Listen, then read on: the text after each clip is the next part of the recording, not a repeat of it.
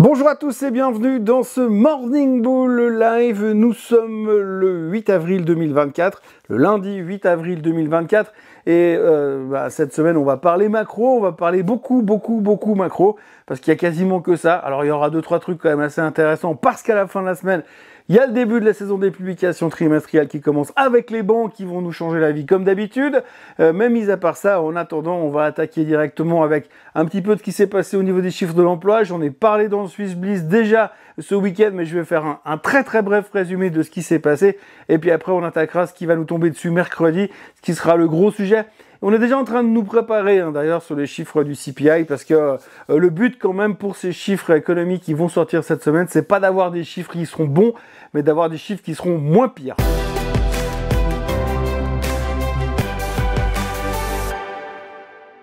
Donc oui, vous l'avez vu, vendredi dernier, les chiffres de l'emploi sont sortis. Ils sont sortis beaucoup plus forts qu'attendus, encore une fois. Alors on sait tous très bien que le mois prochain, ils vont être corrigés à la baisse parce qu'ils auront certainement fait des erreurs. Quand on lit un petit peu les articles qui ont été publiés ce week-end, eh bien tout le monde se dit que oui, il y a une grosse partie de ces emplois qui ont été créés qui sont des emplois temporaires, donc ça ne veut rien dire. Deuxièmement, le chômage a baissé un tout petit peu, ça c'est une bonne nouvelle. Ça veut dire que l'économie est forte, donc ça c'est bien pour le marché, mais en même temps ça veut dire que c'est pas comme ça que la Fed pourra baisser les taux. Mais heureusement, on a trouvé à l'intérieur des chiffres des non-farm payrolls de vendredi dernier, ce fabuleux chiffre qui est la croissance des salaires. La croissance des salaires est de 4,1%, alors que le mois dernier, elle était à 4,3%, donc c'est nettement plus faible. Donc ce qui veut dire que comme les salaires croissent moins vite, forcément les gens vont dépenser un tout petit peu moins. Résultat, ça devrait calmer l'inflation, ce qui devrait compenser largement la hausse phénoménale du pétrole qui a pris pratiquement plus de 10% depuis le début du mois de mars. Mais ça, c'est une autre histoire, parce que pour l'instant, de toute façon, on s'en fiche pas mal de la hausse du pétrole. Donc vous l'avez vu vendredi soir, la clôture était exceptionnelle aux États-Unis, on va pas revenir là-dessus. Les chiffres de l'emploi nous ont rassurés, même si l'un dans l'autre, quand on regarde un peu ce qui s'est passé au travers du week-end, on se dit ouais, ça va quand même être compliqué pour que la Fed puisse baisser les taux comme prévu. Alors on a tous compris que les conditions pour voir baisser les taux d'intérêt d'ici le mois de juin, ça passera par une inflation qui repart en direction des 2% et par un marché de l'emploi qui est très faible. Bon, pour l'instant, le marché de l'emploi qui est très faible, on peut pas vraiment dire ça comme ça, mais pour l'instant, on va faire comme si c'était possible. Deuxièmement, au niveau de l'inflation, au niveau du CPI qui va sortir mercredi, après il y aura le PPI et encore, il y aura également les chiffres, les minutes du FOMC meeting qui seront bien évidemment très attentivement décortiqués. Mais revenons juste au CPI. Le CPI est attendu en hausse de 0,3%. Je reviens sur ce que je disais il y a 25 secondes. La Fed veut voir l'inflation aller en direction des 2% pour pouvoir baisser les taux. Et là, on attend le CPI en hausse de 0,3%. Il était en hausse en janvier, il était en hausse en février, il va être en hausse en mars. Moi, j'appelle ça une tendance haussière, mais enfin, c'est personnel. Résultat, le CPI va être en hausse.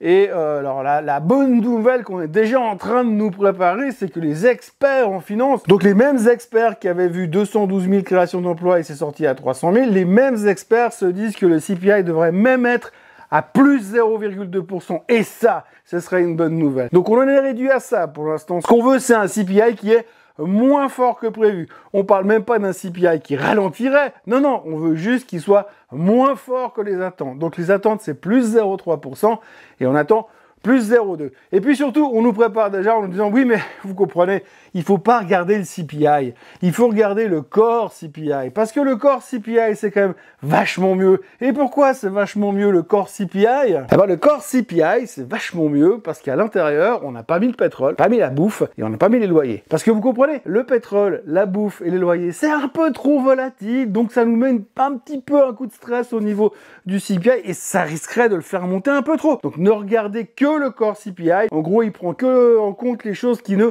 montent pas. Et puis c'est vrai qu'à la fin, si on se contentait de ne pas manger et de marcher à pied, eh bien on consommerait beaucoup moins d'essence, on polluerait moins la planète, et puis surtout on perdrait du poids, et on perdrait beaucoup plus de poids que si on avait pris le Ozempic de chez Novo Nordisk. Enfin, bref, tout ça pour dire que ce serait quand même mieux si on ne mangeait pas, si on n'utilisait pas de pétrole, et puis si on restait dormir à l'extérieur. Et comme ça, vous ne sentiriez pas l'inflation, et c'est ça qui est bien quand même. Donc voilà, eh bien dorénavant on attend un CPI moins fort que prévu, ça on en reparlera toute la semaine et c'est mercredi qu'on aura la réponse. On aura l'occasion d'en reparler, mais ce qui est assez intéressant à observer, c'est ces quelques chiffres qui vont s'égrener devant vos yeux. C'est la variation de certains biens de consommation alimentaire aux États-Unis ces 5 dernières années. Nous avons le cacao qui a pris 345%. Nous avons le jus d'orange qui a pris 260%. Nous avons l'huile d'olive qui est en hausse de 219%. Le sucre qui prend 120%. Tous les encas à base de fruits qui prennent 77%. L'huile de cuisson qui fait plus 54%. Les barres chocolatées en hausse de 52%. La viande de bœuf qui prend 51%. La mayonnaise en hausse de 50%. Le pain qui fait plus 42%. Les œufs plus 40%. Le lait plus 40%. Les céréales plus 38%. Et le beurre qui ne monte que de 25% sur les 5 dernières années. En gros, ça veut dire que sur les 3 dernières années aux États-Unis, l'inflation est plus ou moins à 3%, et qu'aujourd'hui, l'Américain moyen paye ses courses 40% plus cher qu'en 2019. Et puis, depuis 2019, il y a environ une centaine de produits alimentaires courants qui sont en hausse de 50%, et ça, je ne parle qu'aux États-Unis. Donc forcément, quand on voit cette liste de prix, cette liste d'augmentation, on peut se dire que ça ne va que bien, et que ça ne doit pas poser de problème à l'économie. Alors visiblement, l'économie va super bien, évidemment, ça c'est une certitude, c'est en tout cas la certitude qu'on a envie de croire, c'est ce qui nous permet d'aller aussi bien dans le marché à l'heure actuelle. Et maintenant, la grande question, c'est comment est-ce que la Fed va pouvoir baisser les taux avec ce genre d'inflation réelle? Parce que je veux bien qu'on parle de CPI et qu'on parle de chiffres que finalement on ne comprend pas vraiment ce qu'il y a à l'intérieur en détail, mais ça c'est juste la réalité. Et la réalité, elle est peut-être pas forcément celle que la Fed elle a envie de nous vendre à l'heure actuelle. Autrement, pour le reste, eh bien, c'est extrêmement calme ce matin. Les futurs sont quasiment inchangés, légèrement en baisse aux États-Unis. Le Nikkei rebondit enfin après sa semaine horribilis la semaine dernière. La Chine et Hong Kong sont légèrement en baisse parce qu'on reparle de crise immobilière dans la région. L'or s'envole à 2362 $. Il y a David Rosenberg, l'analyste américain, l'économiste américain, pardon, qui a dit que l'or pouvait facilement monter de 30%. Bref, on va à 3000 sur l'or. Le pétrole revient un tout petit peu à 85,62 parce que les Iraniens n'ont pas encore attaqué les Israéliens. Le Bitcoin est à 69 333 $ pour l'instant. Bien évidemment, on attend le halving, mais pour l'instant, tout est calme. Dans le reste des nouvelles, on retiendra que Boeing a de nouveau eu un avion qui s'est posé en catastrophe parce qu'il a juste perdu le carénage qui est autour des réacteurs.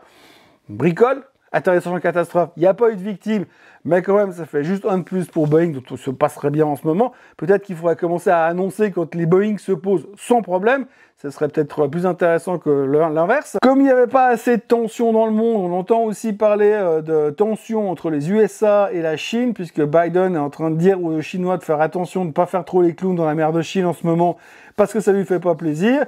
Donc ça va remettre un petit peu d'huile sur le feu sur ce sujet-là. Et puis, on notera encore pas mal de discussions. Bon, c'est pas très important pour les marchés, mais vu l'ambiance qui pèse sur Tesla en ce moment, ça coûte rien d'en reparler un petit peu. Le prix des voitures d'occasion est en train de s'effondrer. Des Tesla d'occasion, pas des voitures, mais des Tesla d'occasion est en train de s'effondrer.